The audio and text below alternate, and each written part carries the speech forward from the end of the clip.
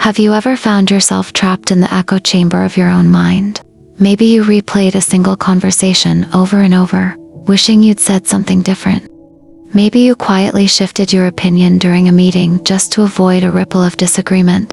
Or perhaps you chose silence not because you had nothing to say, but because the fear of being judged felt too heavy to carry.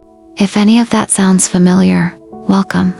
You're listening to The Gentle Palette, where every drawing unfolds one deliberate line at a time, and every conversation invites us to slow down, reflect, and gently expand our horizons.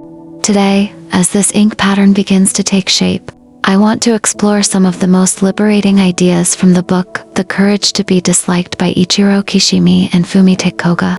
It's a text that fundamentally challenges everything we've been taught about happiness, relationships, and self-worth. A note for our global listeners. As we dive into these deep philosophical waters, we are also practicing a unique kind of learning. By listening to these nuanced ideas, reflecting on the vocabulary, and absorbing the rhythm of the language. You aren't just working on your personal growth today, you are also quietly, naturally improving your English proficiency. Language, much like art, is best learned when it is felt. The courage to be disliked. The phrase itself feels a bit jarring, doesn't it? As human beings, we are wired for connection. We want to belong, to feel appreciated, to know we are understood. But this book asks a brilliant, confrontational question. What if constantly seeking everyone's approval is the very thing preventing us from living freely? From childhood, we are handed a script. Be polite, don't disappoint, don't rock the boat. Without realizing it, we begin shaping our entire existence around other people's expectations. We choose safe careers, mask our true feelings, and sacrifice our authenticity, all to buy a temporary sense of security. But Alfred Adler, the psychologist whose ideas inspire the book, offers us a way out. He suggested that our past does not have to imprison our present. We cannot rewrite yesterday's pages, but we hold the pen for the line we draw today.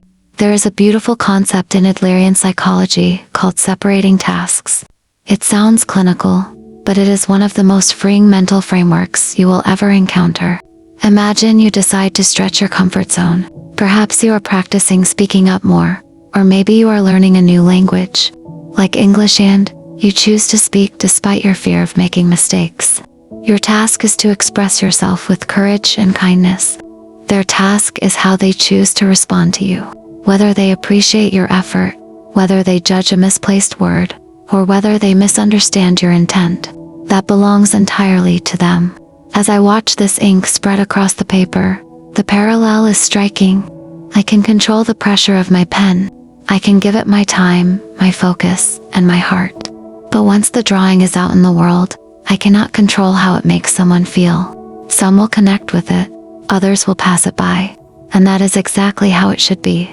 The act of creating belongs to me. The opinion belongs to them. Real confidence isn't the belief that everyone will applaud you.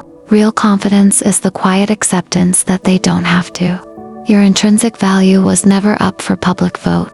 This is true in life, and it is incredibly true when you are mastering a new language. Many people stay silent because they fear their grammar isn't perfect, or their accent is too heavy. But just like the lines in this drawing, some bold, some delicate, some slightly uneven, imperfection is where the character lives. The courage to be disliked isn't about being intentionally rude or selfish. It's about having the courage to live honestly.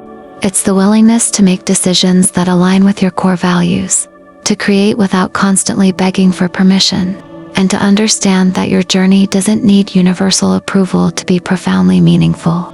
If today's conversation gave you a moment of peace, or perhaps helped you see both your life and your language journey from a new perspective, I'd be so grateful to have you join me again. Please give this video a like if it resonated with you, and subscribe to The Gentle Palette for more thoughtful reflections paired with relaxing doodle art. Your support keeps this quiet corner of the internet alive, growing one line and one conversation at a time. Be gentle with your progress, stay curious, and remember, every masterpiece and every fluent conversation begins with a single, courageous line. Until next time.